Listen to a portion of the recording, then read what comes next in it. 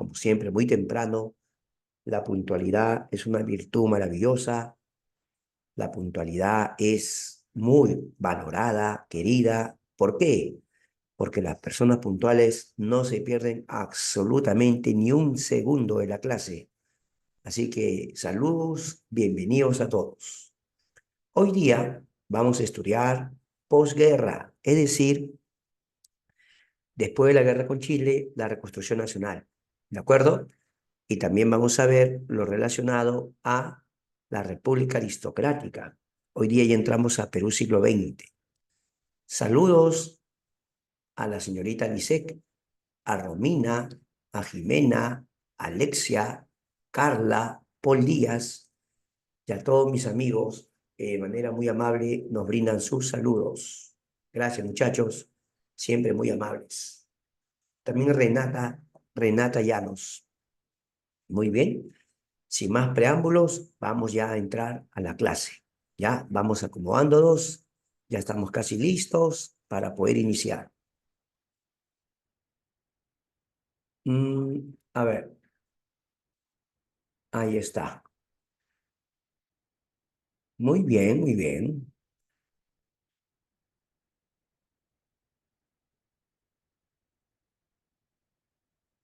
Muy bien. Historia del Perú, semana número 12. Ya mira, semana número 12. Así que vamos a ver a continuación la clase correspondiente al día de hoy. ¿Ya?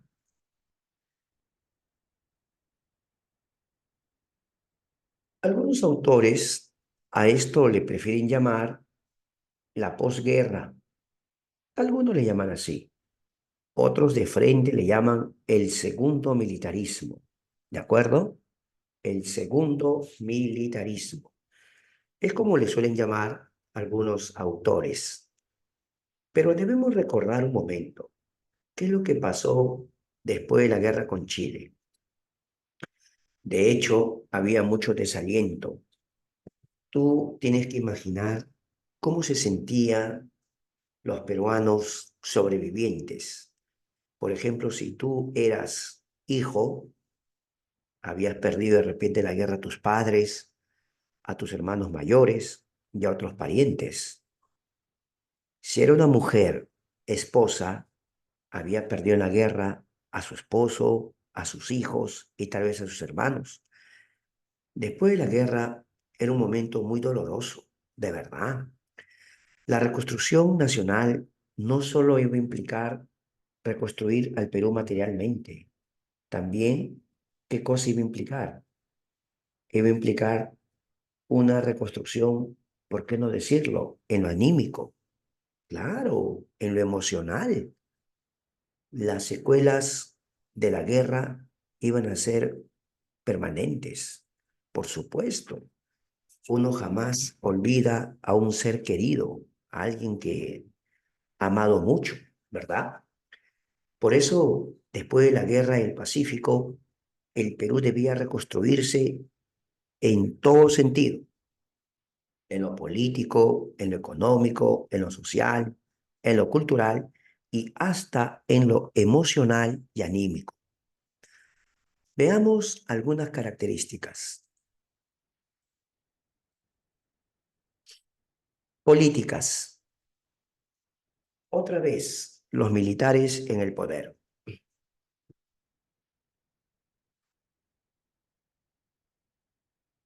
No debemos olvidar, ojo con esto, no debemos olvidar que muchos militares que habían peleado en la guerra habían sobrevivido, eran sobrevivientes de una terrible guerra. Pero ahora nos preguntamos, ¿cómo se podía hacer para reconstruir el país? Los que iban a reconstruirlo tampoco estaban muy bien. ¿Por qué, profesor?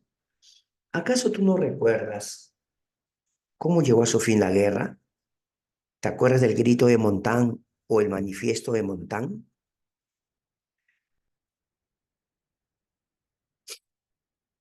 ¿Recuerdas el manifiesto de Montán o el grito de Montán? A ver quién lo dio. A ver, por si acaso. A ver.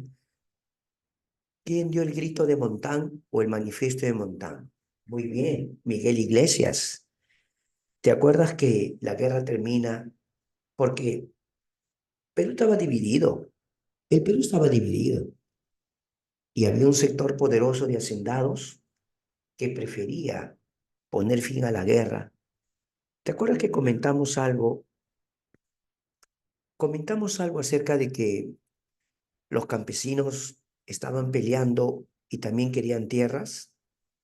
Había campesinos que decían, hay que quitarle su tierra a esos hacendados colaboracionistas. ¿Sí o no? Ahí está el detalle.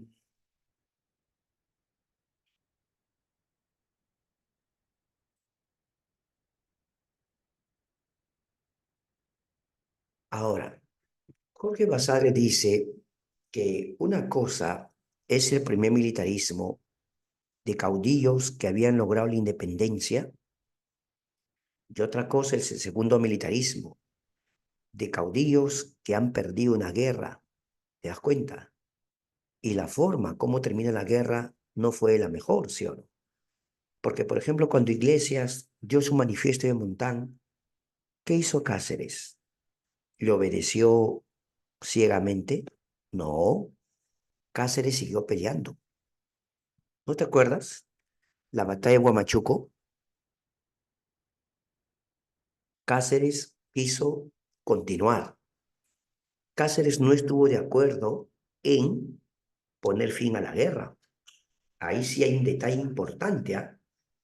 Cáceres se molestó mucho porque Iglesias y los hacendados dijeron, se acabó la guerra. Y dijeron, ¿pero por qué?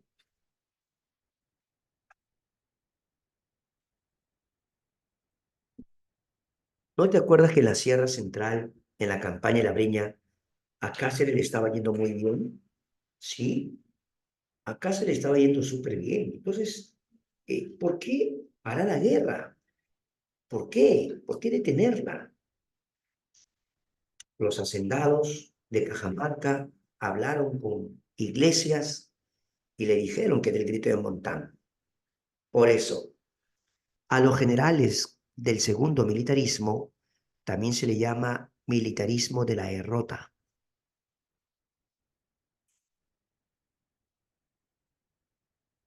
Estos gobiernos, que serían liderados por caudillos militares, tenían como protagonistas, por ejemplo, a Miguel Iglesias, Andrés Avelino Cáceres, Remigio Morales Bermúdez, Justiniano Borgoño, otra vez Cáceres. Con el segundo gobierno de Cáceres concluiría el segundo militarismo. ¿Por qué? Porque luego entra Piérola y Piérola no es militar. Piérola vendría a ser la transición a la república aristocrática, ¿no? Es la transición.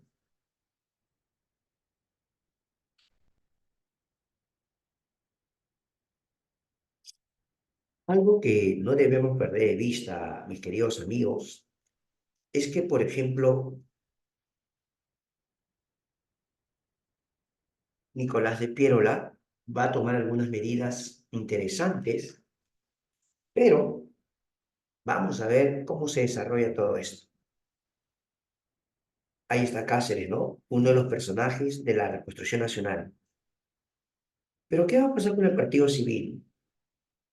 ¿Tú te acuerdas que el Partido Civil, con Manuel Pardo, uno, había reducido el presupuesto militar? Claro, ese José Pardo, o Manuel Pardo, perdón, Manuel Pardo, había reducido el presupuesto militar, había cancelado la compra de armamentos. Y Manuel Pardo es el que firmó el tratado defensivo con Bolivia, porque el Partido Civil no gozaba de mucha simpatía por parte de la población. En ese momento a la gente le traía malos recuerdos el Partido Civil. Desde el punto de vista económico, Perú la va a pasar muy mal. Después de una guerra, tengo por seguro que Perú necesitaba, requería un urgente cambio. ¿Qué pasaba con la moneda? El llamado billete fiscal. Después de la guerra, totalmente devaluado. ¿Qué pasaba con el crédito externo? Nadie te quiere prestar. La gente no le presta al que está quebrado. Si tú estás quebrado, no te van a prestar. Claro, porque si tú le prestas dinero a alguien que te la bancarrota, ¿qué garantía hay que te va a pagar? ¿Qué medidas podría tomar el gobierno para poder recuperar el crédito externo o el crédito exterior? Eso es muy importante, ¿no? Claro, como dice Allison, podría crearse impuestos, pero yo tengo una pregunta, porque la idea de pagar impuestos o aumentar los impuestos, en la historia universal hemos visto que muchos reyes, ¿no? Independencia de 13 colonias, Revolución Francesa, ¿no? Siempre que estaban en crisis, impuestos. Pero eso puede generar también rechazo de la población. Veremos, veremos. Vamos avanzando. Se va a buscar una descentralización fiscal. ¿Qué cosa va a crear, por ejemplo, Abelino Cáceres para esto? También lo vamos a ver. ¿Y tienes idea de quién es ese señor? He puesto, la primera imagen es de Cáceres. La segunda es de un señor llamado Miguel Grace, porque en este capítulo hablaremos del contrato Grace. De todas maneras, contrato Grace.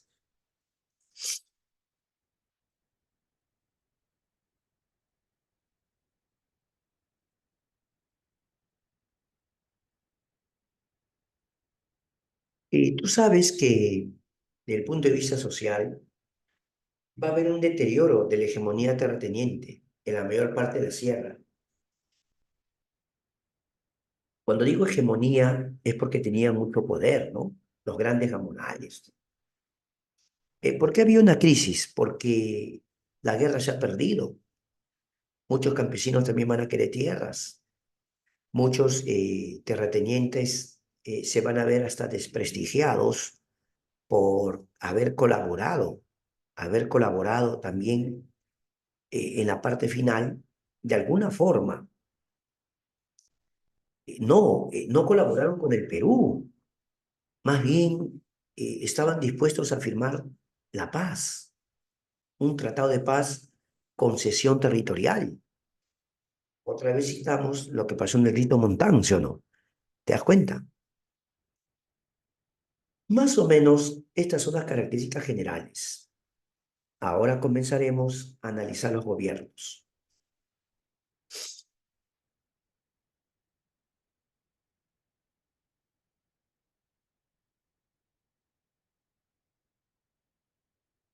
El segundo militarismo. Comenzaremos con el gobierno de Miguel Iglesias. Una de las cosas que se comenta, vamos a agregar algunas cosas claves, es, por ejemplo, la reapertura de la Biblioteca Nacional. ¿Sí o no? Por Miguel Iglesias. Se dice que Miguel Iglesias le encargó esta labor al gran Ricardo Palma. Por eso te recuerdas cómo le decían a Ricardo Palma.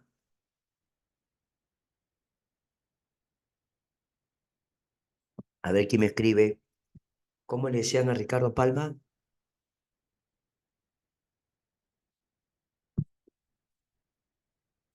Claro, muy bien, muy bien. El llamado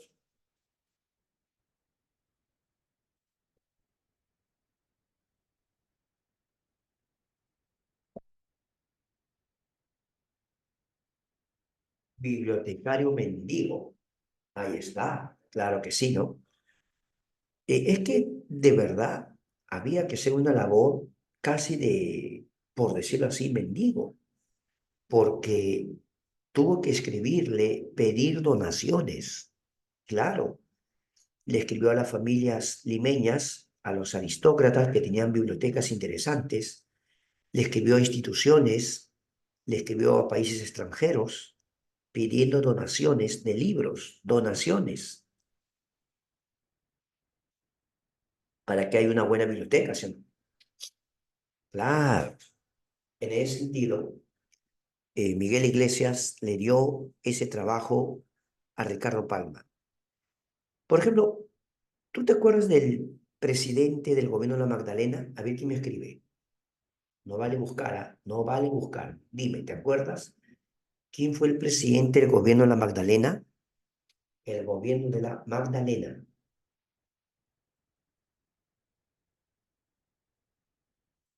En plena guerra del Pacífico.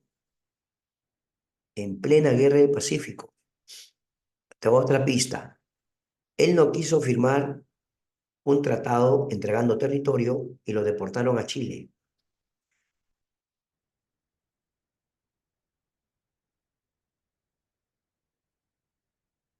Gracias, Renata. Francisco García Calderón. Después de la guerra, regresó al Perú. Claro, bueno, ya cuando acabó la guerra, se intercambiaron prisioneros y regresó al Perú. Cuando él regresó, se le encargó una tarea, San Marcos. Había que reorganizar San Marcos. Así que esa tarea se le encargó a él, ¿ya? Pero también en el gobierno de Iglesias ocurre el sacrificio de Daniel Alcides Carrión. ¿Alguien se acuerda de Daniel Alcides Carrión?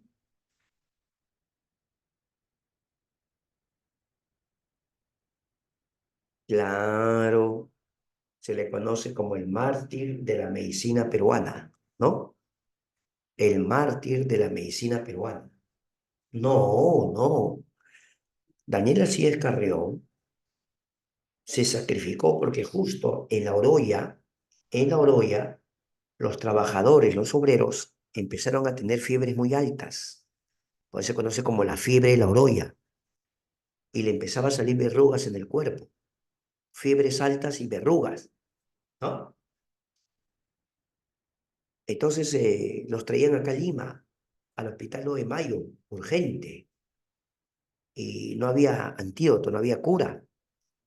Por lo tanto, el que se enfermaba de la fiebre de la Oroya y la verruga era muerte. Cuando Carrión era un residente ahí en el Hospital 9 de Mayo, ¿no? Claro, es que los estudiantes de medicina tienen que hacer su residencia, presión. Claro.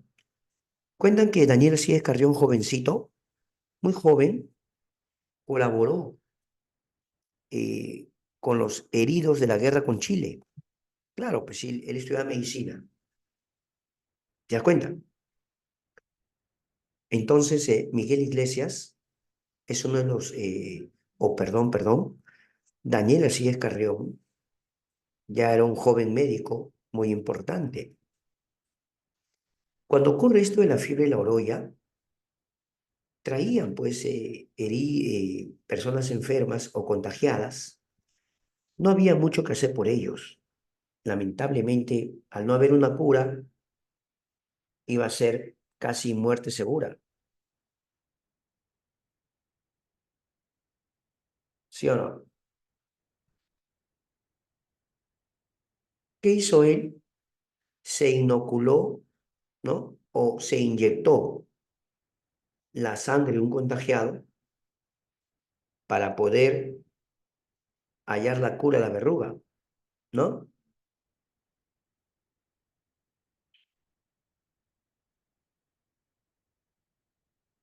Claro, por ejemplo, se pensaba que la verruga y la fiebre loroya eran enfermedades distintas. Al final se demostró que era una sola enfermedad, ¿no? Daniel Alcides Carrión se sacrificó. Él quería con su propia persona hacer una historia clínica, redactar una historia clínica. ¿Para qué? Para contribuir con los médicos para que haya un antídoto.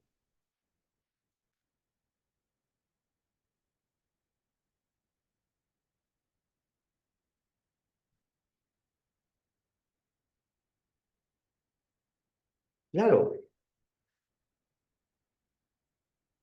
el hecho de que él hiciera algo así era con el objetivo de tener claro los síntomas cómo se desarrolla la enfermedad y poder hallar un antídoto o una cura. ¿Te das cuenta? Importante lo que hizo Daniel Cíes Carrión, ¿no? Y cuando ya estaba él, obviamente se contagió la enfermedad y la enfermedad se fue desarrollando y cada vez su salud se ponía más débil, entonces Daniel de Carrión, ya cuando estaba por fallecer, sus amigos estaban muy tristes porque Carrión estaba ya en la fase final, estaba por morir. Daniel Cíes Carrión hace famosa una frase, ¿no?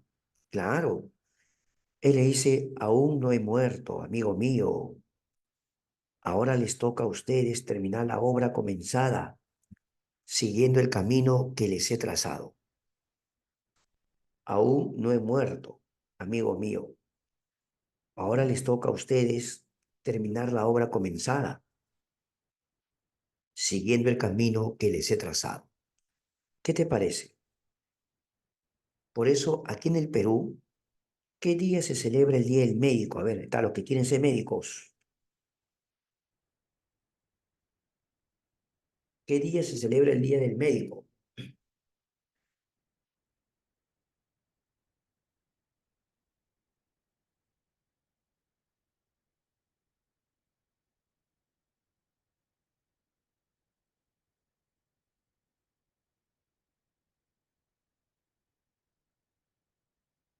Claro. ¿Y por qué el 5 de octubre?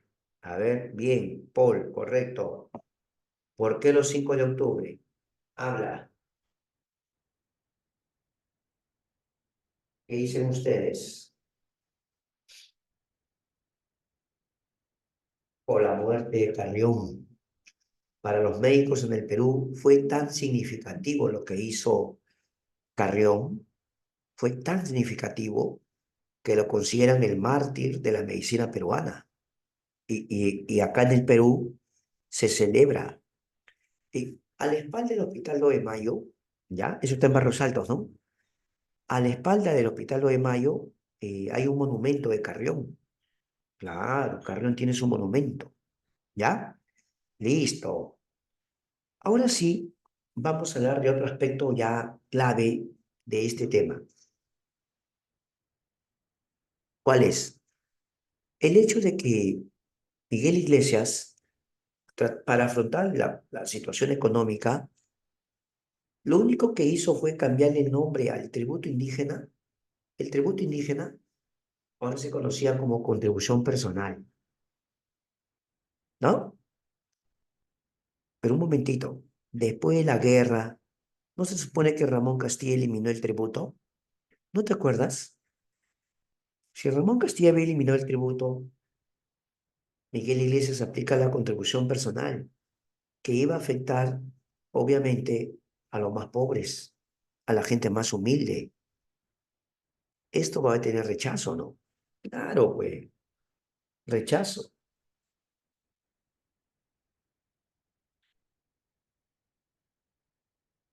Y va a encabezar una rebelión contra Iglesias o contra Buena Iglesias. En Huaraz se revela Pedro Pablo Atusparia. En Huaraz, Pedro Pablo Atusparia está en contra del restablecimiento del tributo, aunque voy a repetir, le van a llamar contribución personal. Suena bien, pero la pregunta es, ¿solo era una contribución personal? ¿Que así era?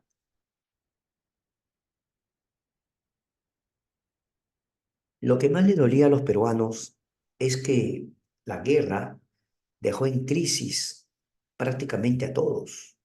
Y esto va a hacer que muchos consideren que no era justo que se le imponga esto,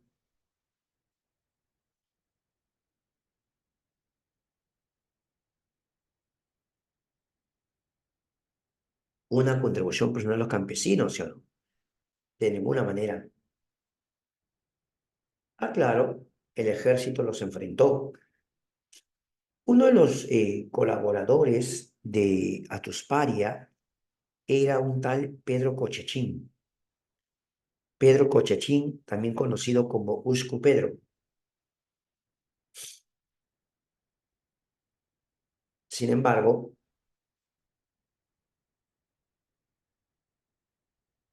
al final serán derrotados, ¿no? Claro, claro. Su colaborador, Uscu Pedro, o Pedro Cochechín, va a ser capturado y luego fusilado. Lo van a fusilar a Pedro Cochechín. No, la rebelión era grande, ¿ah? Se habla incluso de miles de indígenas. Claro,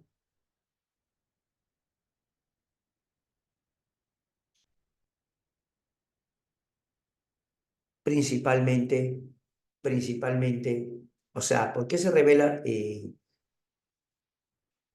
a Tusparia? Principalmente por la contribución personal y va a llevar a miles de campesinos también a pelear. El detalle es que el ejército los va a enfrentar, ¿no? Claro. Ya esto era un preámbulo de lo que iba a ocurrir en la guerra civil Cáceres-Iglesias. Porque, ¿qué pasó con Atuspari al final?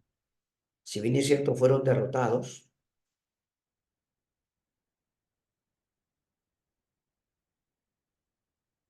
no quedó claro el hecho de que Atusparia y su gente tenían razón en eso. ¿Por qué tenían que cobrarles una contribución personal? El argumento era que no había plata. Como no hay plata, entonces que paguen los campesinos. Mm,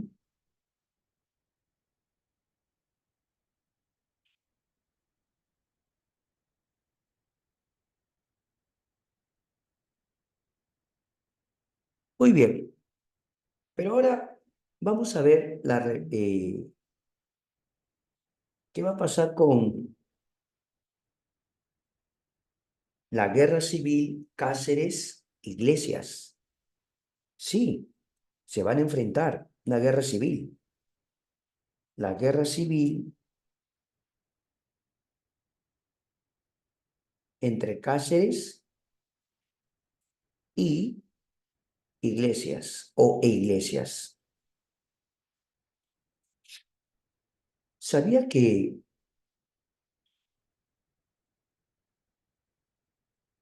Cáceres, cuando lo enfrenta, esto es lo que algunos llaman caceristas e iglesistas, ¿no? Algunos le llaman la revolución de 1884. Claro, Iglesias contra Cáceres.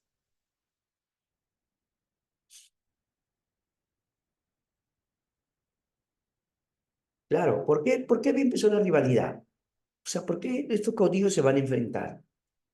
Porque, por ejemplo, Cáceres se opuso a firmar un tratado de paz entregando territorio. Claro, se entregó Tarapacá. Iglesias entregó Tarapacá. Bueno, el tratado de Ancón entregó Tarapacá. Y también se aceptó que Tacna de Arica quede bajo control de Chile hasta que hay un plebiscito, que es, bueno, según el tratado de Ancón, debía ser 10 años después.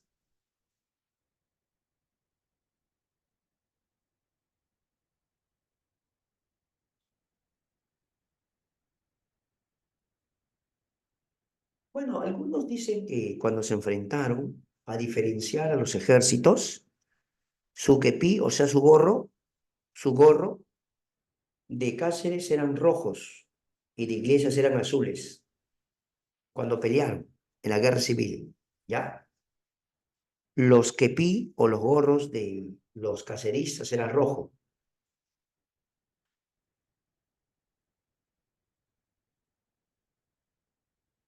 Ah, también se le conoce como la Revolución de 1884.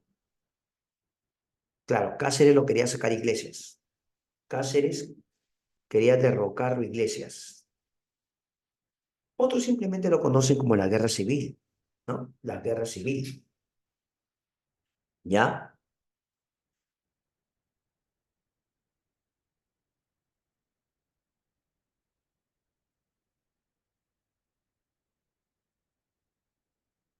Aquí se cuenta la Guaripampeada. ¿Ha escuchado hablar usted? La Guaripampeada. Claro, Alison se ha acordado. Bien, voy a contarte cómo fue. Cáceres, sus tropas de Cáceres, para enfrentar a las iglesias, armó una estrategia. Su estrategia era una simulación, como que se están corriendo, como que están huyendo, para que las tropas de iglesia le persigan. Pero una vez que ocurrió eso, la idea era dejarlos atrapados, atraparlos. Cruzaron un puente, ¿ya? O sea, cruzan un puente, la tropa de iglesias les persiguen, cruzan el puente, pero la idea era que queden atrapadas. Entonces se dicen, eh, derribaron el puente fue derribado. Cuando la tropa de iglesia voltean, se dan cuenta que han caído en una trampa.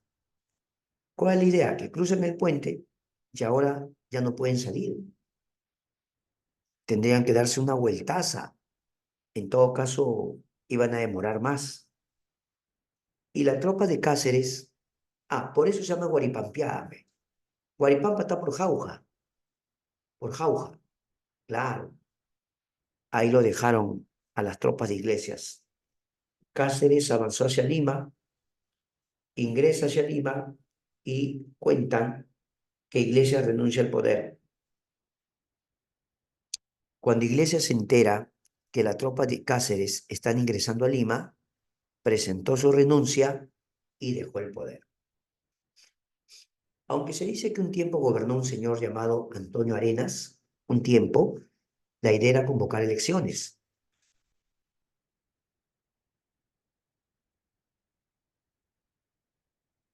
Se convocó elecciones y, como es lógico, ganó Cáceres. ¿Ya? Cáceres llega al poder. ¿Quién sabe cómo se llamaba su partido político de Cáceres? ¿Quién sabe? Escríbeme.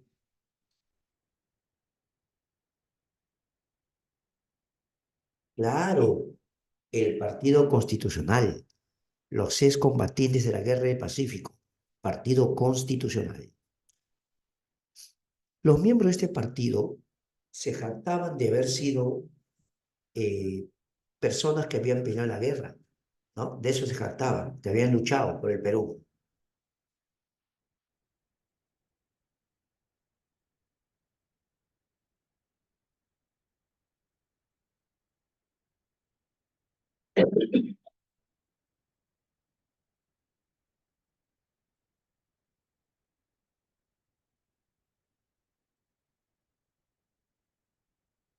Muy bien. Entonces, como tú puedes notar, Cáceres en el poder ahora tenía que hacer frente a una situación bien complicada, la economía. La economía con Iglesias no se había corregido, seguían los problemas económicos. Entonces ahora, ¿qué solución podemos dar?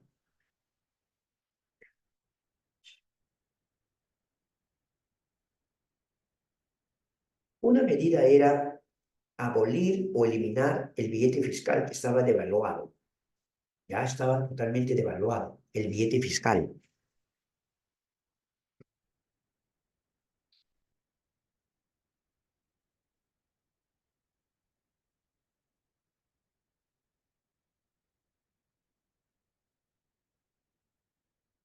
¿Qué se podía hacer?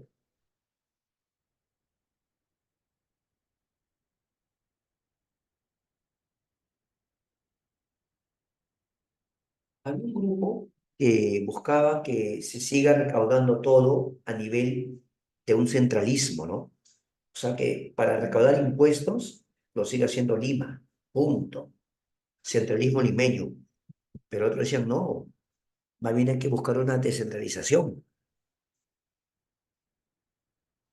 Y para lograr la descentralización se promueve crear las juntas departamentales. Repito, o sea, el billete fiscal que estaba devaluado se elimina, ¿ya?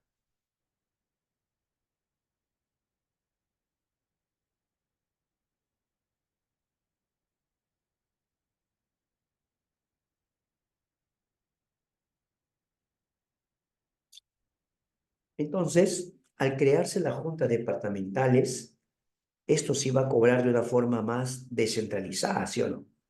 Se iba a cobrar impuestos de una forma más descentralizada. Pero Perú no estaba en condiciones de salir adelante con una economía prácticamente quebrada. No teníamos crédito externo. El crédito externo lo habíamos perdido porque Perú estaba en quiebra. Y obviamente, si alguien te en quiebra, no paga su deuda. Cuando tú no pagas, nadie te presta, pues. ¿Te das cuenta? Nadie te presta. Así le ruegues, ¿no? No, profe, pero Perú tenía recursos, ¿cierto? Si alguien te va a prestar, va a condicionar eso. Allá, me pagas, pero a cambio de qué? ¿Te das cuenta? Entonces, en ese sentido, va a llegar una medida muy importante del gobierno de Cáceres, el contrato Grace. El contrato Grace.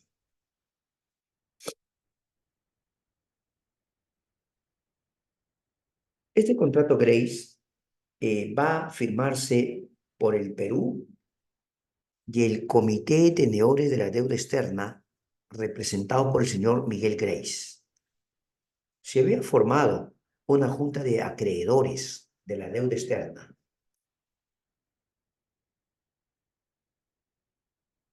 ¿Ya?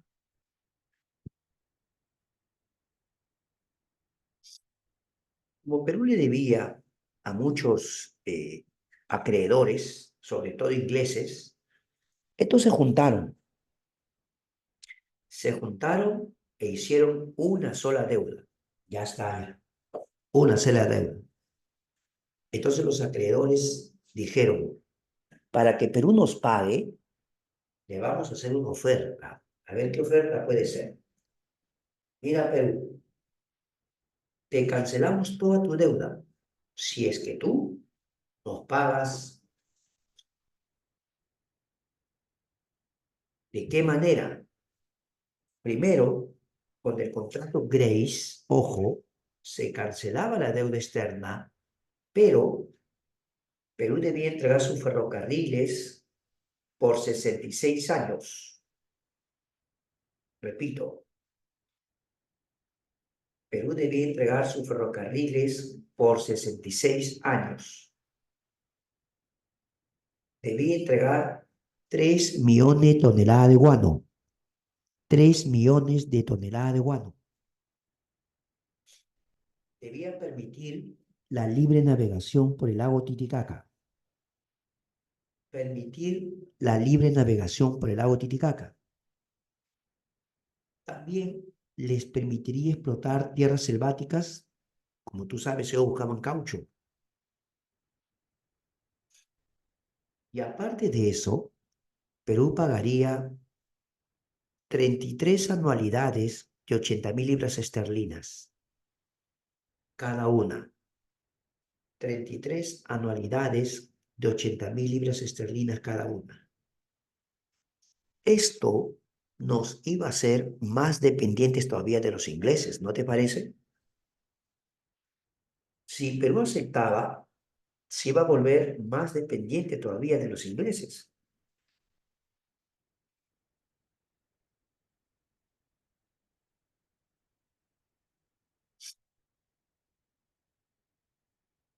Es que había dos posturas. Algunos decían, si damos nuestros recursos, nos volvemos más dependientes. Otros decían, sí, pero no hay forma de recuperar el crédito externo. Cuando una persona está endeudada, imagínate que tú vas a un banco y le pides plata. El banco ve tu historial crediticio y dice, pero señor, disculpe, usted todavía debe y usted tiene acá mora. Uy, no, señor. Te dicen, claro, te lo dicen con respeto, ¿no? Pensen, lo mejor sería que primero pague su deuda, ya más adelante. Así te dicen, pero si tú cancelas tu deuda y lo dejas en cero, ya te dicen, ya podemos conversar, podemos negociar un nuevo préstamo. Esa era más o menos la idea de Cáceres, la incorporación del Perú a la economía internacional de otra forma. Opiniones divididas. ¿Por qué? Porque algunos decían, eso nos va a volver más dependientes económicamente todavía. Y otros decían, sí, pero gracias a eso podemos recuperar el crédito externo. Nos volvemos a incorporar en la economía internacional. Ese debate fue muy duro en el Congreso. Los debates fueron muy duros. Cáceres era el partido constitucional, pero había partidos que se oponían, pues. Por ejemplo, el partido de Piérola, pero él representaba a los demócratas. Estaba el Partido Civil, con sus representantes, Manuel Candamo, el mismo José Pardo, ¿no? Porque ya, pues, Manuel Pardo ya había fallecido, estaba su hijo. ¿Te das cuenta?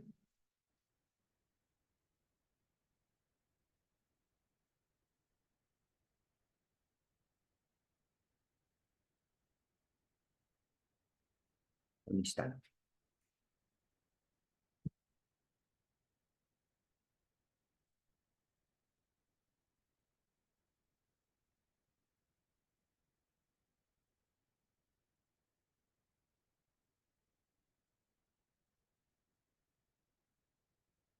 Al final sí se firmó el contrato Grace, sí se firmó, pero uy, la polémica, ¿no?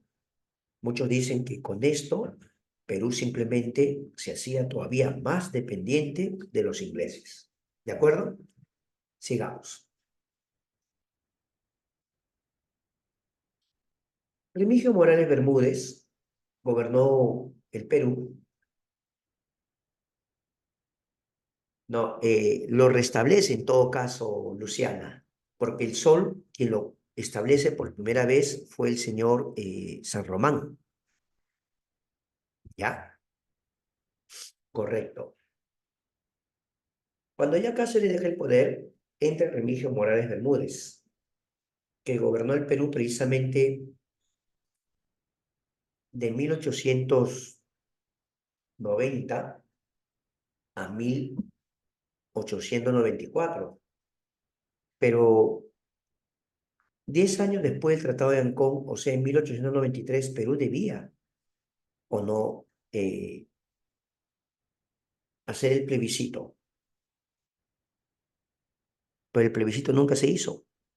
No hubo plebiscito. No, se puso como argumento que no había plata, que se estaban recuperando económicamente. Se puso pretextos. La idea era que los chilenos no querían hacer el plebiscito, pues. En ese momento no les convenía. ¿Por qué? Porque había más población peruana en Tacna, Arica, ¿no? ¿Te das cuenta? Una de las cosas que se cita es el habeas corpus. ¿Qué cosa es el habeas corpus? El habeas corpus es una garantía constitucional, ¿verdad? Que protege, ¿qué cosa? A ver quién me contesta. Curso cívica. ¿Para qué es el habeas corpus? ¿Quién me contesta? ¿Qué tipo de libertad? Un poquito, ahora sí, Renata ya lo agregó. Claro, Sumi también. La libertad individual, ¿no? ¿Tienes buenos abogados? Uf, te sacan, ¿ah? Sí, con buenos abogados. Uno de los argumentos que dan, ¿cuál es? Salud, dicen, no, no, no, está muy mal, su salud muy delicada, requiere constante tratamiento médico, está yendo a sus chequeos, tratamientos, es... Bueno, y es una cuestión legal, ¿no? Es una cuestión legal, ya eso lo ven los abogados. Muchos argumentos para presentar un habeas corpus. Ya eso lo dejamos al curso de cívica. Cuando fallece Benigno Morales, un tiempo toma el poder Justiniano Borgoño, quien convoca elecciones y Cáceres llega al poder por segunda vez. Pero a Cáceres le va a hacer la guerra Piérola. Para esto se va a formar la coalición nacional. ¿Qué cosa es qué cosa es la coalición nacional? La coalición nacional era la unión de dos partidos poderosos, el Partido Demócrata de Piérola y el Partido Civil, ahora de José Pardo, el hijo. Claro, dos partidos políticos poderosos se unen, el Partido Demócrata de Piérola y el Partido Civil de los Pardo. Objetivo, sacarlo a Cáceres del poder. Una guerra civil, pues. Esto fue una guerra civil, ¿no? Ahí está, mira, ve. Esa pintura muestra cómo Piérola está ingresando a la ciudad. Esa zona se conoce en los barrios altos como la zona de Cocharcas. No sé si se conoce. Avenida Grau con Huánuco. Avenida Grau con Huánuco. Es para la zona de barrios altos, pues. Claro. Por ahí está el Hospital de Mayo, ¿no? La espalda del Hospital de Mayo. ¿Alguien conoce los barrios altos? La zona de Cocharcas. De repente, ¿ah? Está por la espalda del Hospital de Mayo.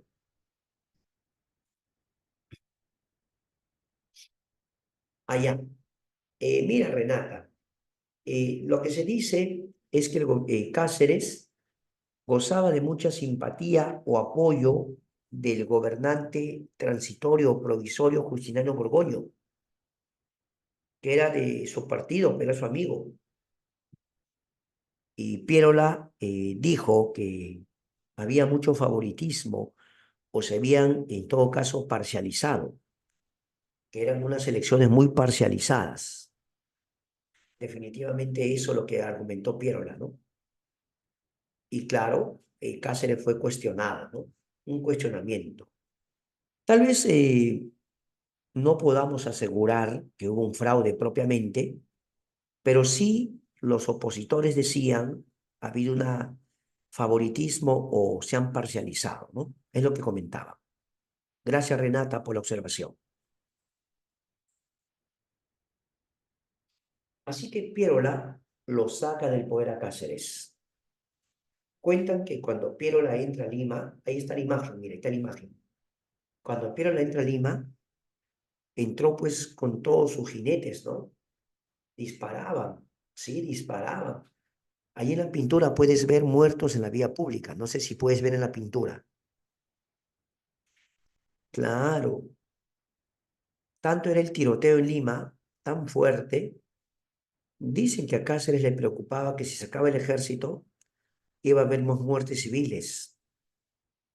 Pero al final Cáceres tuvo que ceder. No le quedó otra, tuvo que ceder. Cuentan que un tal Monseñor Machi fue a Palacio y le suplicó. Monseñor Machi le dijo, salga, señor Cáceres, salga, que ya ni las piedras lo quieren. Salga, señor Cáceres. Y Cáceres presentó su renuncia. Luego viene Piérola. Claro, Piérola.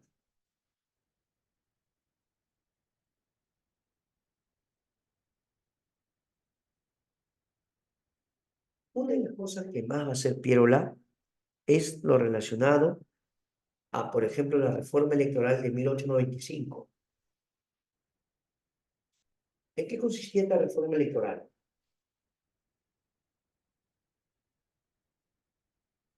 Lo que ocurre es que se plantea cosas interesantes. Por ejemplo, el voto directo. El voto directo. Lo que implicaba, lo que implicaba que ya no iba a haber representantes. Y este era un cambio importante, ¿ah? Pero el voto directo para alfabetos. Claro, voto directo, pero para alfabetos. O sea, los que saben leer y escribir. ¿Sí o no? Puede decirse que este voto estaba determinado por un criterio sociocultural. Un criterio sociocultural, básicamente.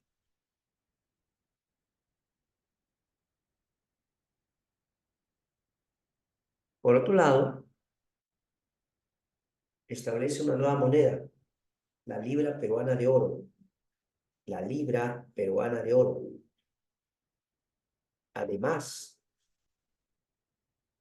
llegó al Perú la misión Clemen. La misión Clemen pregunta, ¿con qué objetivo?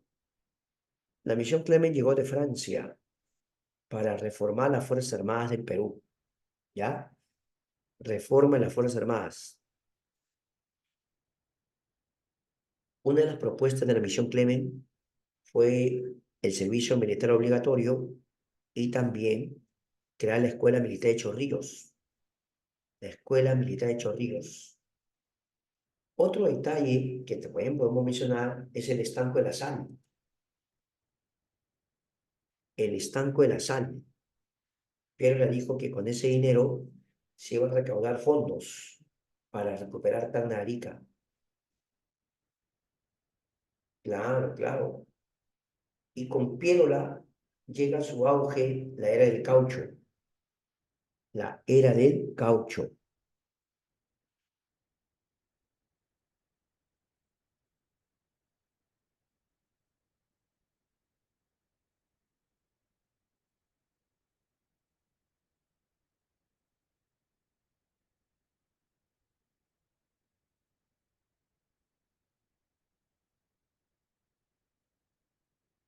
Muy bien. Ahora ya estamos listos para pasar al siguiente periodo llamado República Aristocrática.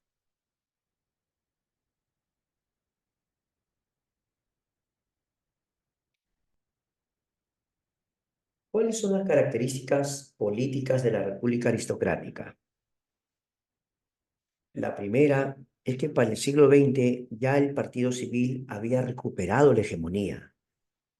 Las luchas entre el Partido Constitucional y el Partido Demócrata lo único que hicieron fue debilitarlos, porque también había sectores que decían que eran, pues, sobre todo el Partido Demócrata, un partido muy conflictivo, ¿no? Pero el Partido Civil se veía como un poco más moderado, sobre todo en el Congreso. Aunque seamos sinceros, el Partido Civil colaboró con Piérola para sacarlo a Cáceres. Hubo una alianza, claro, un tiempo fue una alianza.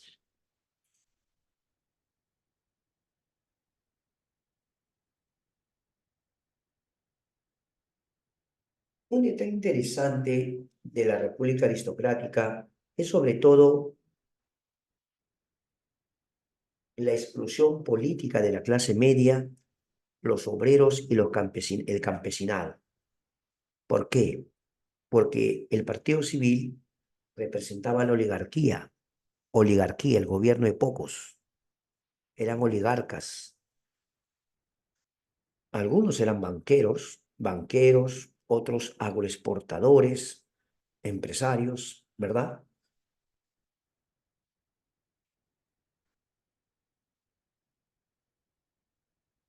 Pero la República Aristocrática en lo político significó la hegemonía del Partido Civil, pero la exclusión de la clase media y los obreros. Perú dependía económicamente del capital extranjero, van a empezar a llegar inversiones sobre todo en lo que es la minería, ya para los sectores mineros. En la época de, en la época de Eduardo López Romaña, por ejemplo, llega la Cerro de Pasco Mining Company, ¿no?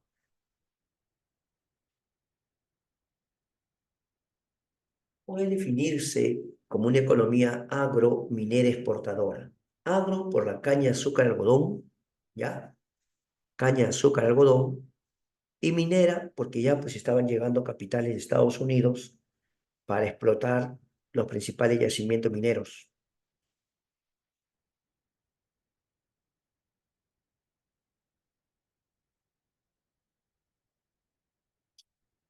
Desde el punto de vista social, va a haber un predominio de la oligarquía, ¿no? Y el gamonalismo. Los comienzos del siglo XX se va a fortalecer bastante la economía de agroexportación. Por lo tanto, va a tener mucho poder la oligarquía.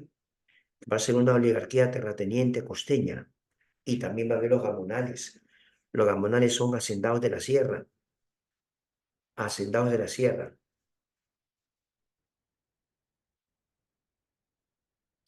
Sin embargo, los inicios del siglo XX en el Perú también va a significar el surgimiento del movimiento obrero, ¿ya? Surgen los obreros o el movimiento obrero.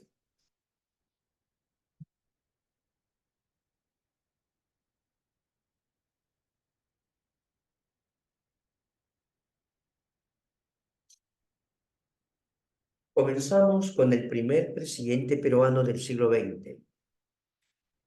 ¿Quién es el primer presidente peruano del siglo XX? Eduardo López Romaña. A él y su familia los conocían como los varones del azúcar. Bueno, a él específicamente le decían varón del azúcar. Esta es una etapa de agroexportación de caña de azúcar algodón. Por eso es que a él o a su familia le conocían como el varón del azúcar, ¿ya? Cuando estuvo Eduardo López Román en el poder, se va a establecer, por ejemplo, el alumbrado eléctrico. Sí, el alumbrado eléctrico en Lima.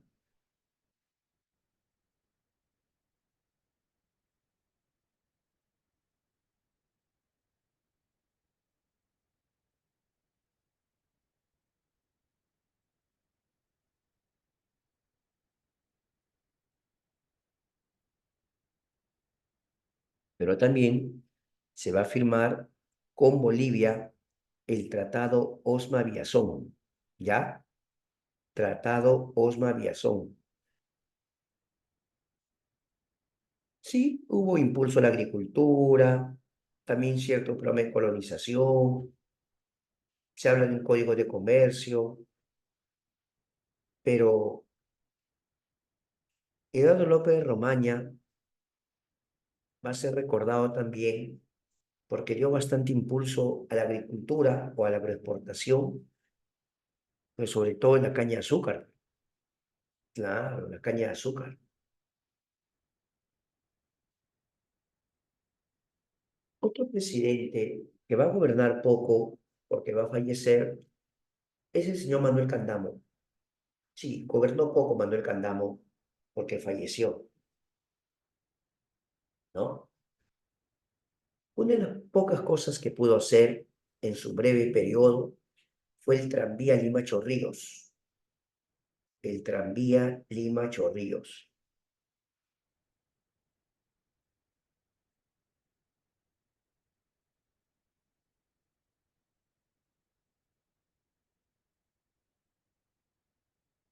Cuando fallece Manuel Candamo, lo va a reemplazar temporalmente un señor llamado Serapio Calderón. Serapio Calderón. Y Serapio Calderón va a convocar elecciones, ¿ya? Y ahí gana José Pardo. José Pardo. Con José Pardo se va a establecer, en primer lugar, la gratuidad de la educación primaria. Es bueno precisar que ya su padre, Manuel Pardo, había establecido la gratuidad del primer grado de primaria, pero ese dijo José Pardo, líder del Partido Civil, por supuesto, o civilista, quien establece que toda la educación primaria sea gratuita, toda la primaria. ¿Qué te parece?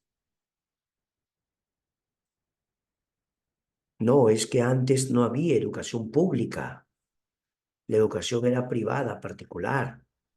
Es más, Pardo rescata la educación, estaba en manos de las municipalidades. Sí, eran las municipalidades las que veían la educación. ¿Qué hace Pardo? Lo vuelve pública o estatal. ¿Qué implicaba eso? Hacer escuelas. Las escuelas tienen que construirlas. Mobiliario escolar, material educativo, contratar maestros, pagarle a los maestros, alimentos, desayuno escolar. No es tan sencillo, no es tan sencillo. No solamente construir un colegio y listo, no. Implica muchas cosas. Una de las cosas que se queja la gente en los colegios públicos, dice no están equipados, le faltan cosas, comparan con la educación privada, ¿no? Pero claro, pues, eh, la educación privada tiene su costo. Pero ¿qué pasa cuando alguien no tiene para pagar? Ahí está el problema. Si alguien no tiene para pagar, ¿estamos?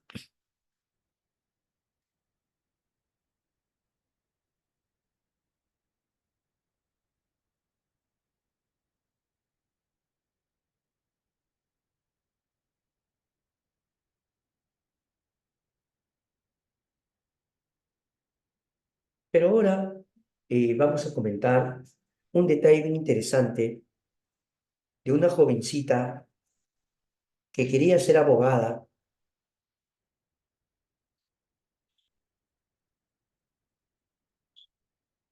y le escribe una carta al presidente. Su nombre, María Trinidad Enríquez. María Trinidad Enríquez quiso ser abogada y ella le escribe al presidente José Pardo una carta en la que le dice, yo quiero ser abogada, pero resulta que no está permitido que vayan mujeres a la universidad, solo van los varones, los caballeros. Entonces, María Trinidad Enríquez le estaba pidiendo permiso al presidente para estudiar en la universidad. José Pardo aceptó, pero le dijo, no solo usted, todas las mujeres del Perú también deben ir a la universidad. ¿Qué le parece? Por lo tanto, María Trinidad Enríquez logró que el presidente aceptara que las mujeres vayan a la universidad.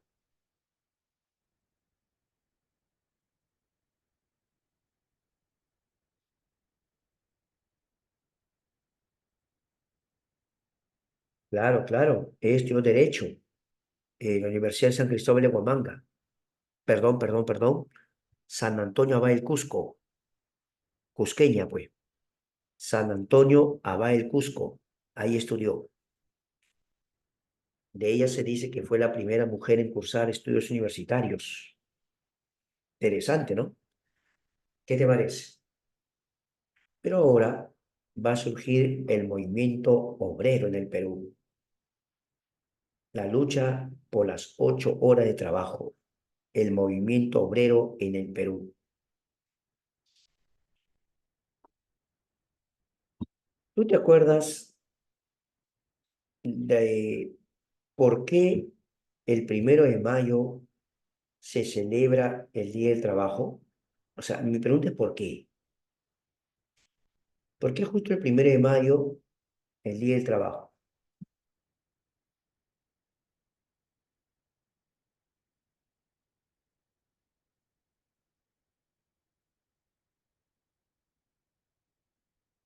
¿Ah?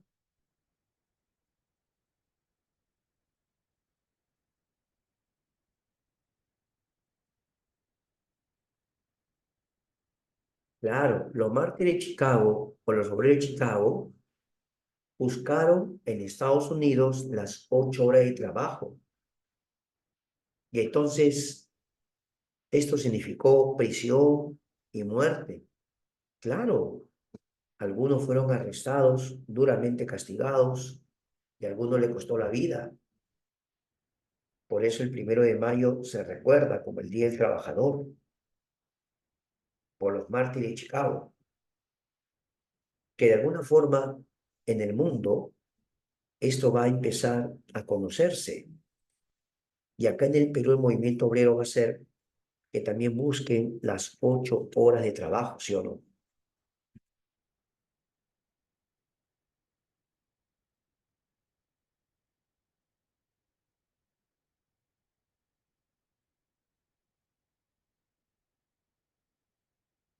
¿Qué tendencia política era el movimiento obrero? Te doy tres alternativas: socialista, aprista, anarquista. ¿Qué tendencia política tenía el movimiento obrero en el Perú? Tres alternativas: socialista, aprista, anarquista. Escoge. Contéstame.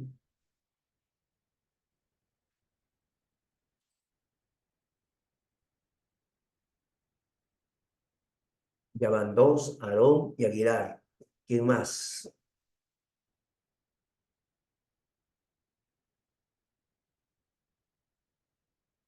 Sí, básicamente era de tendencia anarquista. Uno de los que va a colaborar ideológicamente va a ser González Prada. González Prada en su discurso de Politeama fue muy duro con la clase dirigente. Les hizo ver que a los indígenas en el Perú los tenían sin identidad. Hablaban de que no tenían amor a la patria, pero si los tenían de sirvientes. ¿Cómo esperas que tengan identidad si su nación los tiene de servidumbre, sin derechos, sin tierras? ¿Te das cuenta?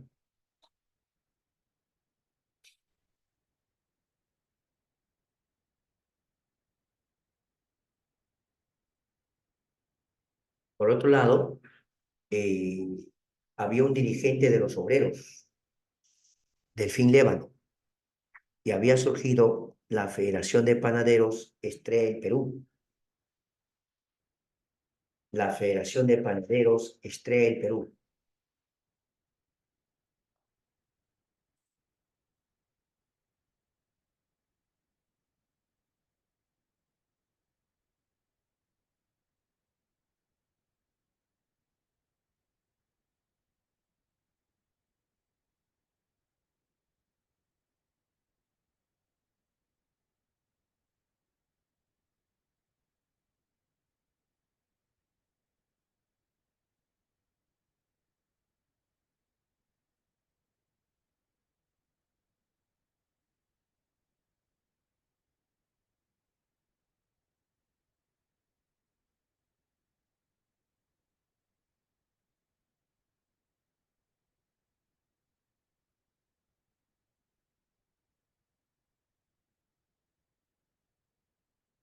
Muy bien,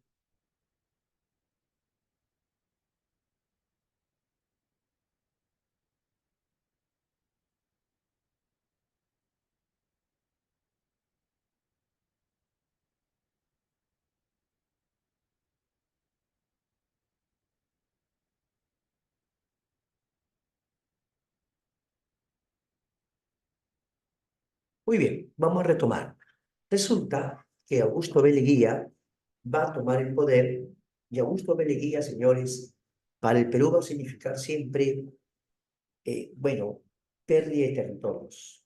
Perú va a perder territorios. Leguía tenía una mentalidad, bueno, él decía ser muy práctico, muy práctico. Él decía que en vez de estar en guerras, conflictos, mejor de una vez debería solucionarse esto a través de la diplomacia, ¿no?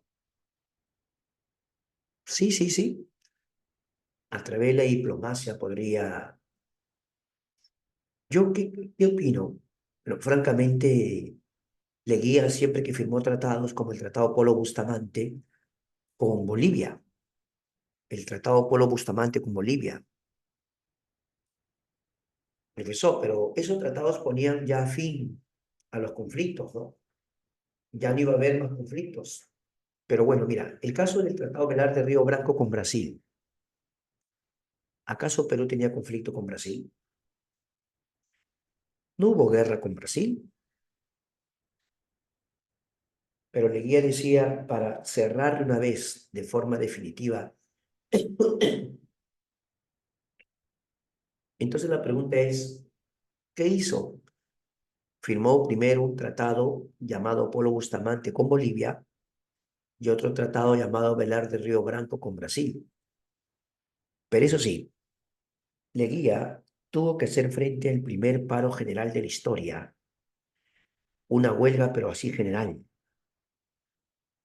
Los obreros textiles de Vitarte, sí, los obreros textiles de Vitarte llevaron a cabo el primer paro general.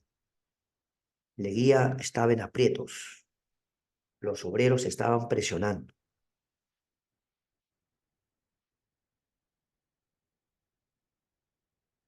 Entonces la pregunta es, ¿qué se haría al respecto? Justo en el Congreso se había estado trabajando algunos proyectos de ley sobre los obreros. también se conocía como la cuestión obrera. ¿Qué hacer? Uno de los diputados famosos era Matías Manzanilla. Sí, Matías Manzanilla proponía que debía hacerse algo por los obreros. Y una de las cosas que propone Matías Manzanilla es la ley de accidente de trabajo. Ley de accidente de trabajo. Aunque sean sindicatos, pero Huerta, ya había sindicatos, ya estaba la Federación de Panaderos, estaba también los obreros textil y Vitarte, sí, ya había sindicatos. Es más, se dice que este movimiento que era anarquista sindicalista, anarquista sindicalista. Se le puede llamar de esa forma también, ¿ya? Muy bien. Entonces, el primer paro general lo lleva a cabo los obreros textil y Vitarte. ¿Qué hace el guía para conciliar con ellos? Les dice, señores, aunque no les puedo dar las 8 horas de trabajo, podemos llegar a un acuerdo. ¿Cuál era el acuerdo? Que Perú, ojo, Perú aprobaba la ley de accidente de trabajo. ¿Qué te parece? Ese era un avance, ¿ah? Era un logro importante, no, no lo menosprecie, era un logro importante. Claro,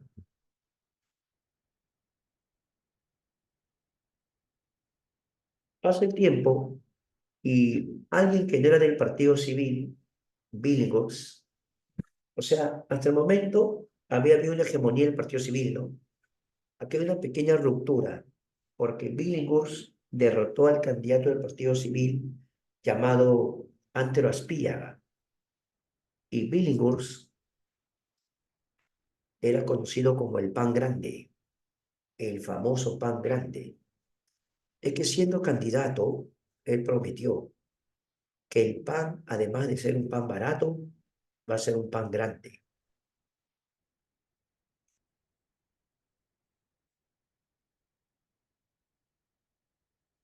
Claro, por eso muchos lo llaman el primer presidente populista, ¿no? Pero él también prometió darle derecho a los obreros. Se acercó bastante a los sectores obreros y eso le garantizó el triunfo. Ganó las elecciones. No, no, claro, claro. Pero ahora hay un detalle. Aunque ganó las elecciones, iba a cumplir, pero tenía que enfrentar a la oligarquía, a los civilistas. Por ejemplo, Billinghurst aprueba la Ley General de Huelga. Ley General de Huelga. Pero los obreros del muelle de Arce en el Callao llevaron a cabo una protesta bien grande, una protesta fuerte, y consiguieron por primera vez en la historia peruana, por primera vez, las 8 horas de trabajo. Pero aclaración, solo para ellos. O sea, Billinghurst le acepta, aprueba las 8 horas de trabajo, pero solo para los superiores del Callao. ¿De acuerdo? Pero ¿esto qué va a ocasionar? Esto va a ocasionar protestas por todo lado. Ahora todo el mundo quería las 8 horas. Y encima Billinghurst había aprobado la ley general de huelga.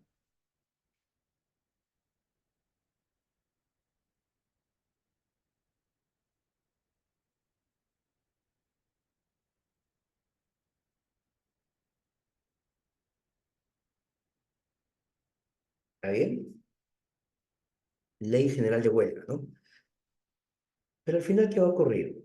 El partido civil estaba muy molesto, así que los civilistas o la oligarquía tramaron sacarlo del poder a través del Congreso. En el Congreso tenían bastantes representantes. Billinghurst dijo, ah, sí que me quieren sacar el poder. Empezó a clamar que Él tenía el respaldo del pueblo, decía, ¿no? A mí me respalda el pueblo. Por último, hasta Billinghurst insinuó que si era voluntad del pueblo, hasta podía cerrar el Congreso.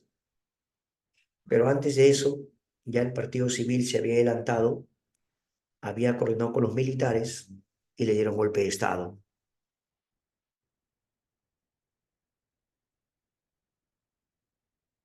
Golpe de Estado contra Billinghurst, así como lo escuchas. ¿Quién tomó el poder?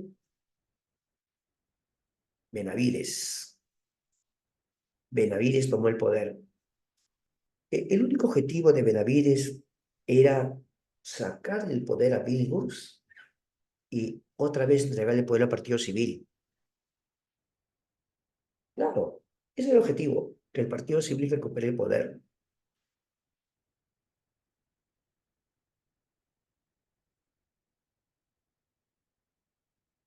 Curiosamente, cuando gobernaba Benavides, se va a iniciar la Primera Guerra Mundial.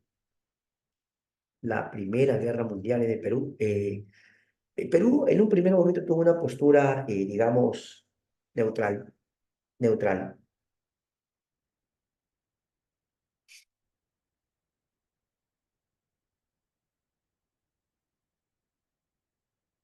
Se convoca elecciones y José Pardo llega al poder por segunda vez.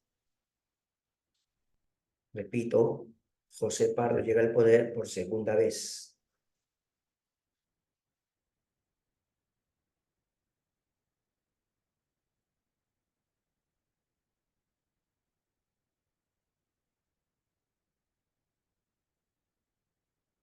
Pero fíjate, cuando Pardo estaba gobernando, el mundo estaba en guerra. Claro, el mundo estaba en guerra. ¿Y qué pasó con las exportaciones peruanas en la guerra? A ver quién me contesta. Durante la Primera Guerra Mundial, ¿qué pasó con las exportaciones peruanas? Aumentan, sí, crecieron, aumentaron. ¿Por qué? Porque Perú históricamente exporta materias primas. ¿Sí o no? Claro, claro. Incluso se comenta, ¿no? Que hubo una especie de incidente. Como Alemania estaba en la guerra submarina, Alemania había hundido un barco de Estados Unidos, ¿no? O bueno, con pasajeros norteamericanos. Transatlántico, ¿quién se acuerda? No, en la Primera Guerra Mundial, un barco, un transatlántico, el Lusitania, claro, claro. Y en el caso del Perú, ahora sí, en el caso del Perú, los alemanes, ¿qué barco hunden?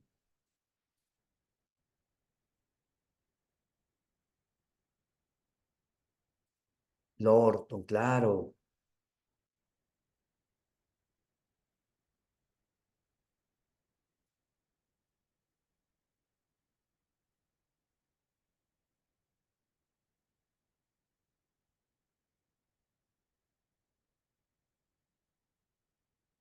¿Cuál fue la actitud del Perú sobre esto? ¿Mm? ¿Por qué lo hundieron? ¿Qué pasó?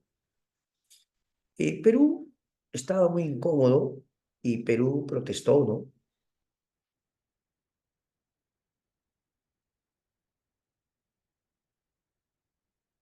Se dice que Perú, en molestia, habló con el imperio alemán y le anunció que Perú rompía relaciones diplomáticas. Claro, Perú habló de ruptura de relaciones. Claro, no, no, y a veces algunos exageran, ¿no? Que Perú te acabó la guerra, pero no sé dónde han sacado eso, pero de lo que sí podemos decir es que Perú rompe relaciones con Alemania.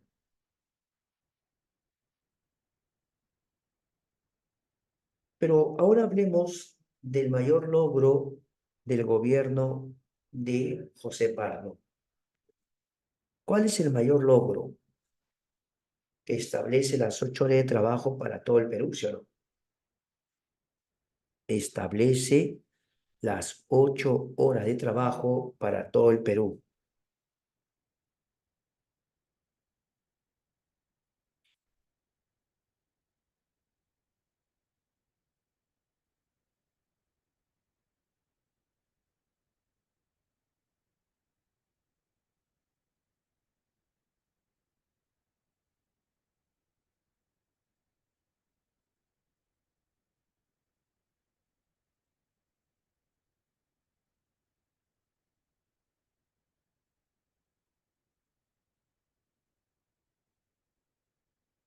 Fíjate, por favor, ahí, fíjate, esa foto, un letrerito tienen, ¿no? Ellos dicen que debe haber 8 horas para trabajar, 8 horas para estudiar y 8 horas para descanso, ¿no? ¿Sí o no? Claro, claro.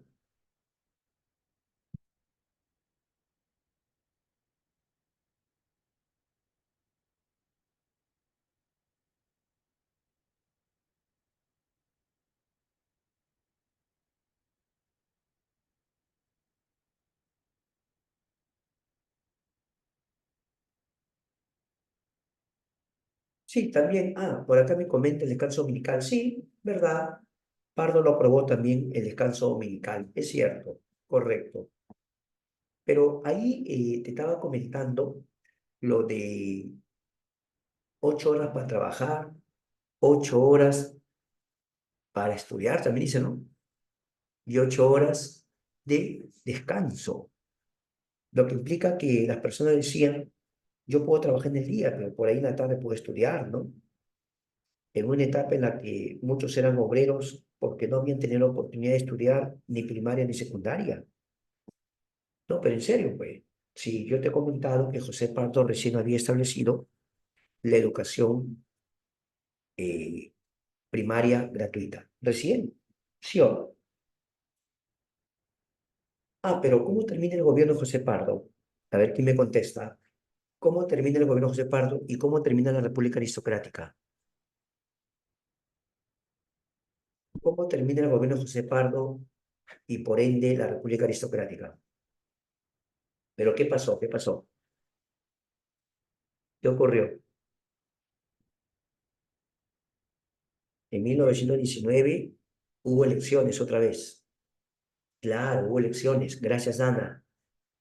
Y aunque Leguía ganó, Leguía ganó las elecciones, había un rumor que el Partido Civil estaba tramando evitar que Leguía tome el poder. Es que para este momento Leguía ya no era civilista. Leguía había roto con el civilismo. Había un rumor de que por ahí pensaban evitar que Leguía juramente. Y Leguía dio golpe de Estado. La República Aristocrática termina con golpe de Estado. Sí, ¿qué te parece? Muy bien, hasta aquí nomás la teoría. ¿Sabes? Ahora dedicamos tiempo a la práctica.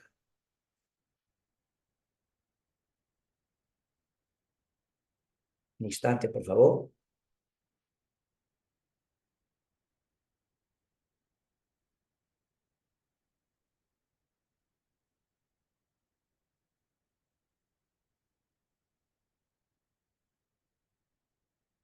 Muy bien. Ahora vamos a ver las preguntas. Primera pregunta, a ver, por favor. Primera pregunta.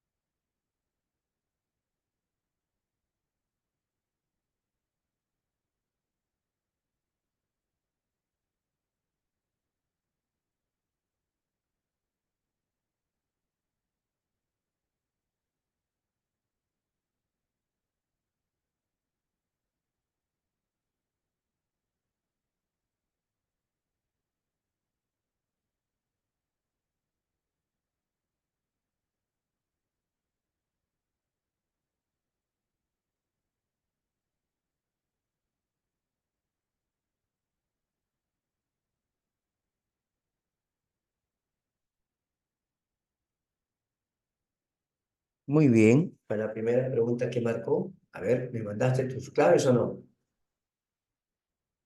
Perdón.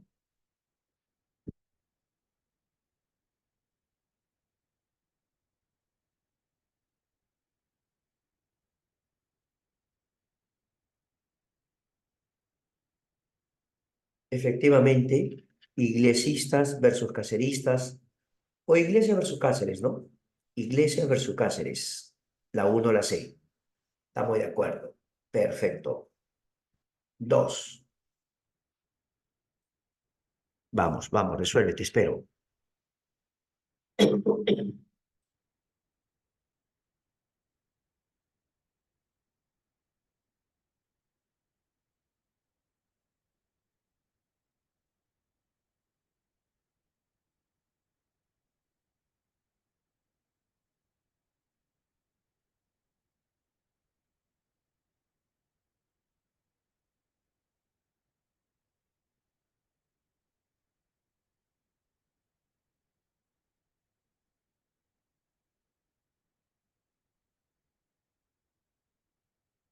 A ver, ¿cuál sería la dos?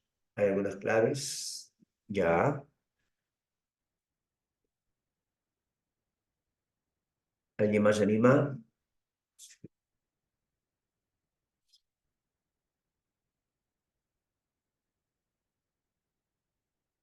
Durante la reconstrucción nacional se produjo un nuevo debate sobre la refundación de la República y la construcción de la nación. Las posturas fueron la continuidad del centralismo y la política descentralizada. Para promover una mayor cobro de impuestos, el primer gobierno de Cáceres optó por conciliar las posturas, estableciendo, sí, las famosas juntas departamentales. Juntas departamentales, la B de bueno. Pregunta 3.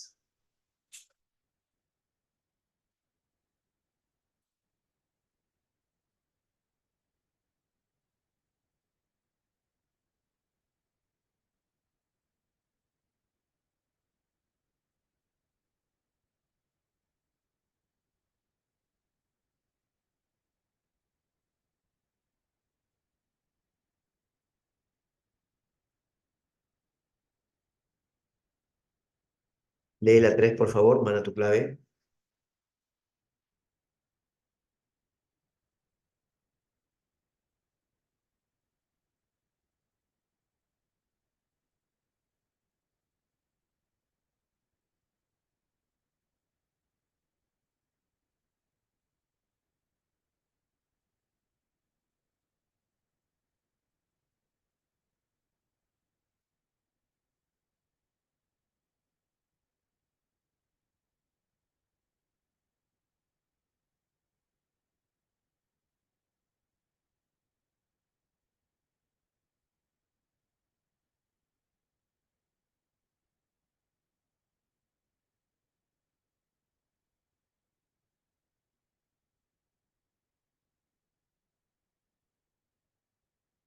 ¿Alguien más se anima? Pregunta 3. A ver, vamos chicos, vamos. Participen, participen. Pregunta 3.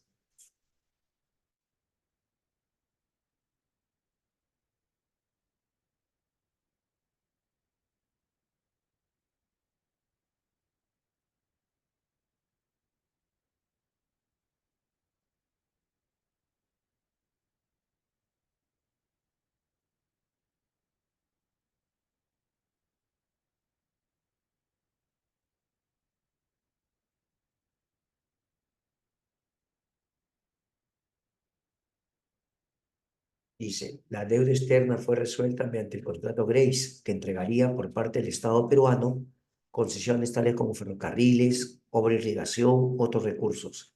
Su propuesta consistía en transferir los acreedores el goce de los activos. Este contrato fue firmado durante el proyecto de, claro, muy bien, la B de bueno, la reincorporación del Perú a la economía internacional. Claro, lo que decía Cáceres es que si cancelamos la deuda, ¿no? Íbamos a tener crédito externo ya, pues, si cancelamos la deuda.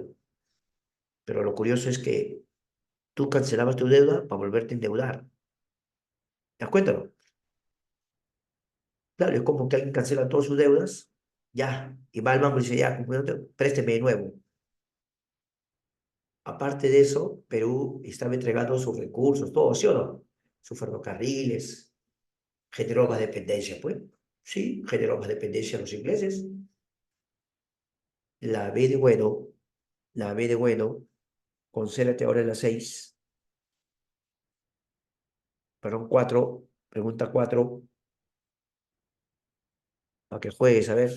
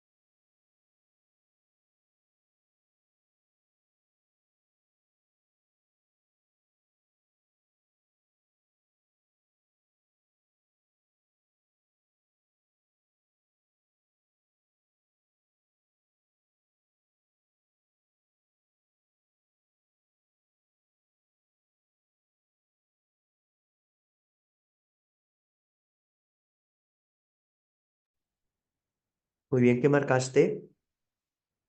Ya, a ver qué has marcado.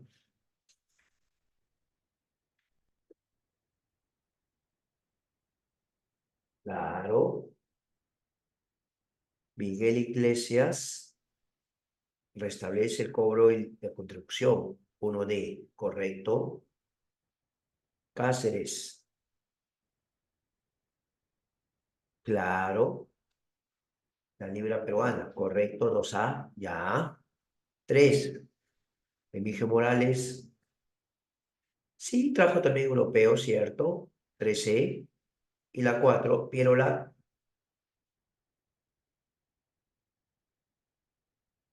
la reforma electoral, correcto. Está bien, la B de bueno, ¿no?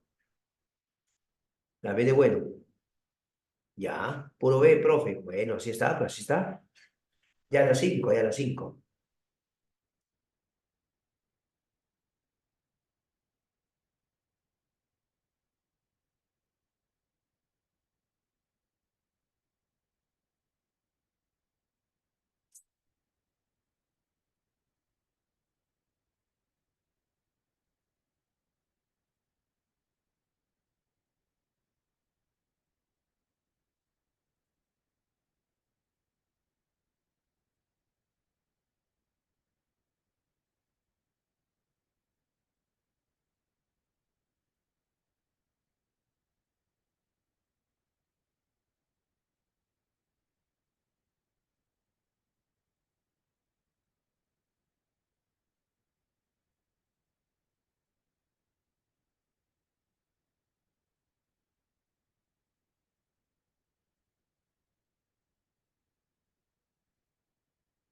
¿Cuál marcas en la 5?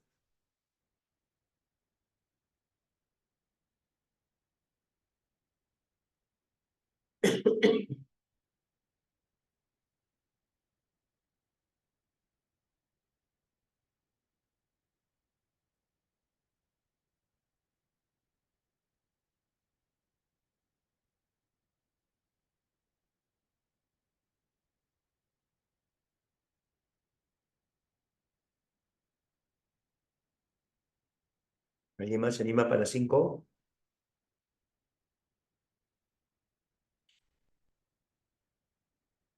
La ley electoral de 1896, impulsada por Pierola, buscó organizar una nueva estructura política basada en limitar el derecho al sufragio a un determinado sector de la sociedad, en el marco de la transición a la República Aristocrática. Para lograr esta meta, la exclusión política de todos los indígenas. Pero es que ellos no tenían derechos. La ley ni los mencionaba, porque ellos no tenían derechos, o sea, no participaban. No tanto. O sea, hablemos de la ley de forma específica. Dos, la dos sí, ni hablar. La dos queda. Tres, El voto también sociocultural, por supuesto. Básicamente eran los alfabetos, pues. ¿Y quién tenía educación? La gente blanca, pues, ¿sí o no? Y cuatro, no, las elecciones seguían manejando en Lima hasta ahora, o no.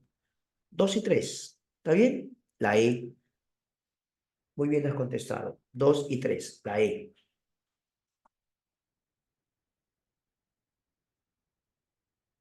Seis, a ver, seis.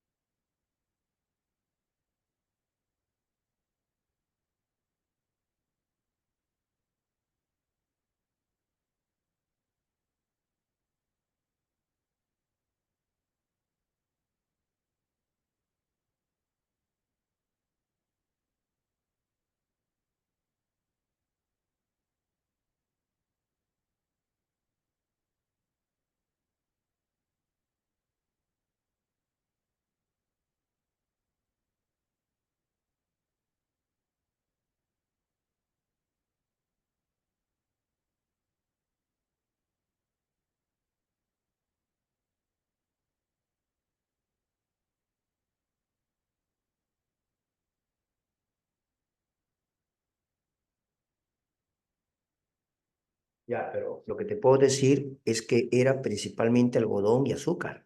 Azúcar, algodón. O sea, en tu respuesta tiene que estar azúcar, algodón, sí o sí. Pero hay dos que tienen eso. Piensa bien. ¿Te acuerdas que te mencioné que con López de Romaña ya había llegado a Cerro de Pasco Mining Company? ¿No? Te mencioné, ¿no? Ya, pues ya había llegado. Entonces, básicamente la plata, la D, azúcar, algodón, plata, la D, azúcar, algodón, plata. ¿Por qué no la C? Porque dice lana. Entonces, estamos hablando de cantidades de exportación. En primer lugar estaba el azúcar y el algodón, ¿ya? Y también la plata. Por lo tanto, la D, ¿ya? La C y la D. Doctor, 7.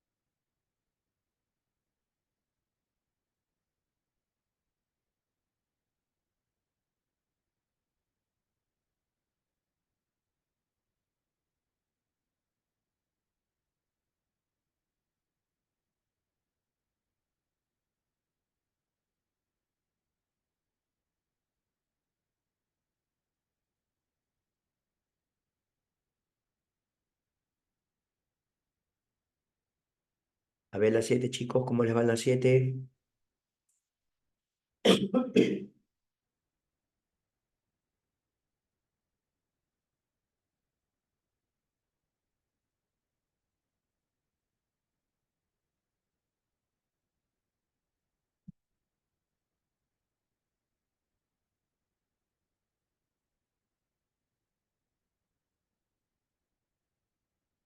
Ya tengo una respuesta. ¿Alguien más se anima? Las 7.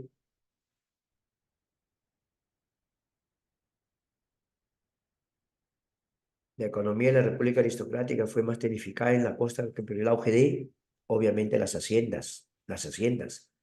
Pero la modernidad está exportador sacando la venta de el algodón. El algodón. Y mira la última parte, dice, la mano de obra incorporada a través de qué? En la República Aristocrática hubo bastante enganche, de un pago adelantado, ¿no? Te pagaban, pero te hacían firmar contrato. Pago adelantado, pero firma. Y quedabas enganchado, pues. ¿Te das cuenta? La de Haciendas, algodón, enganche, ¿ya? Asientas, algodón, enganche. 8.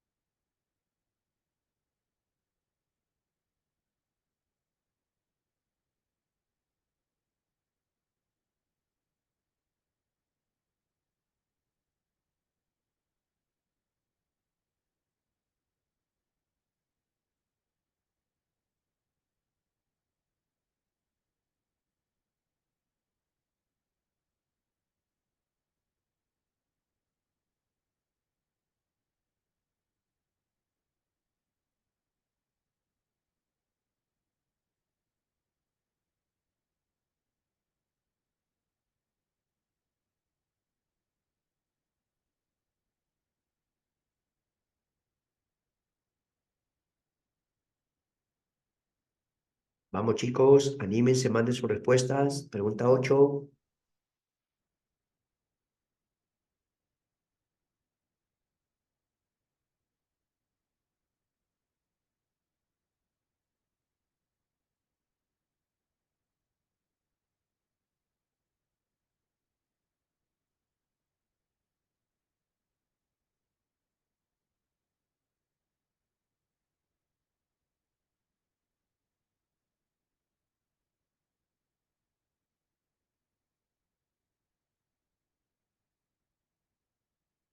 Muy bien. Entonces, sí, tenemos, su gobierno representó una previa ruptura previsibilista, Billinghurst, ¿sí o no? Finiquitó mediante el Tratado de la Cuestión, ya, Leguía, 2C. Y el último gobierno civilista, Pardo, 3A. La B de bueno, la B de bueno,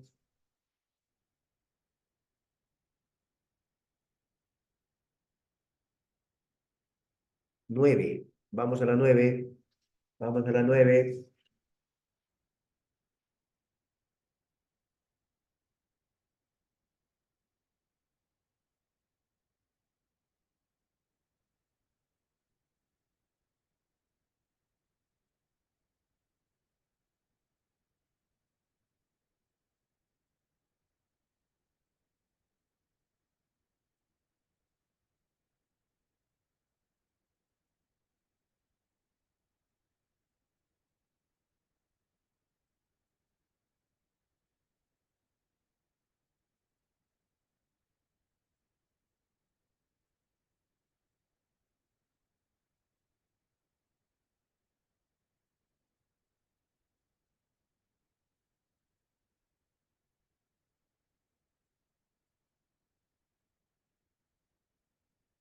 Muy bien, ¿ya ordenaste?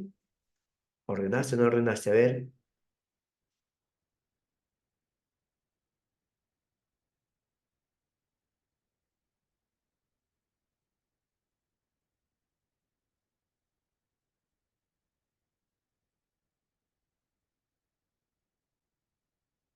ya, pero mira, dice contención del avance Brasil-Amazonía.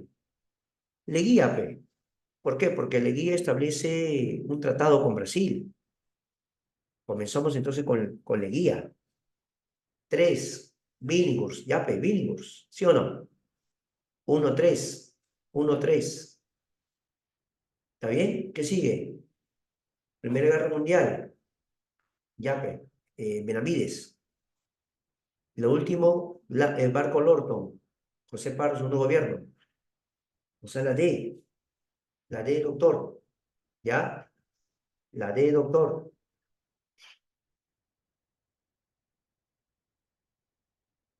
La 10, una lectura, a ver, una lectura, la 10.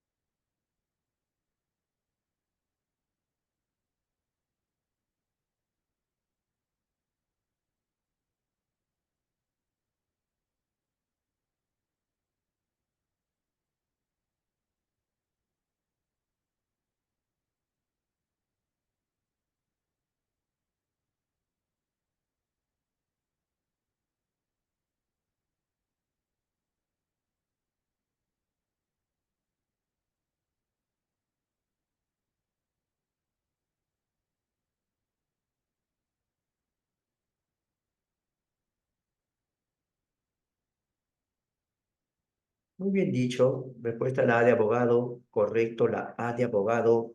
Ausencia, identidad nacional y división entre los peruanos. Correcto. La 10, la A de abogado. Muy bien, muy bien. Nos quedan unos minutitos para un par de preguntitas. A ver, vamos a ver. Dejo de compartir, dejo de compartir. Ya, dejamos de compartir. Dos preguntitas para todos, ¿ah? A ver, ya. Como alguien pregunta uno, dos, tres, le voy a contestar. A ver, uno, dos, tres. A ver, gatito, gatito. La uno, C, campeón. La dos, bueno. La tres, bueno. Ya. Alguien también preguntó la siete. La D, doctor. Aunque Luis mandó las claves, ¿no? Gracias, Luis. Ya. A ver, ya que nos queda que sea un par de minutitos, una pregunta, a ver, para todos. ¿Quién es? ¿Quién es el presidente que establece por primera vez que las mujeres vayan a la universidad?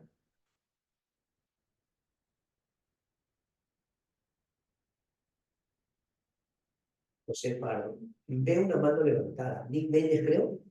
Nick, escríbeme, por favor, o no sé. Veo una mano levantada, Nick, creo.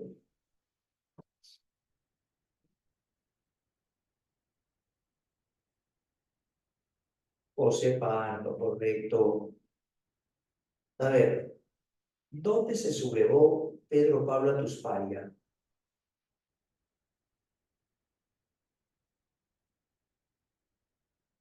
¿Dónde se sublevó Pedro Pablo Atusparia?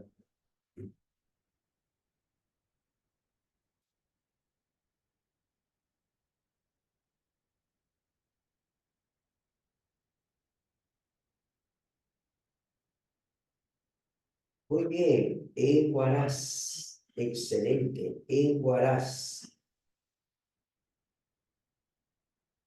Muy bien, jóvenes. Como siempre, muy agradecido a todos ustedes, invitándolos siempre a seguir estudiando, preparándose, dando sus simulacros. Siempre, siempre es bueno estar repasando, ¿ya? Quiero darle las gracias a todos, siempre su buena participación. Ya la próxima semana nos vamos a reencontrar. Simplemente darle las gracias y animarlos a estudiar siempre. Ah, había dicho de Atusparia, de Huerta. Sí, gracias a todos, que les vaya muy bien. Hasta luego, chao muchachos.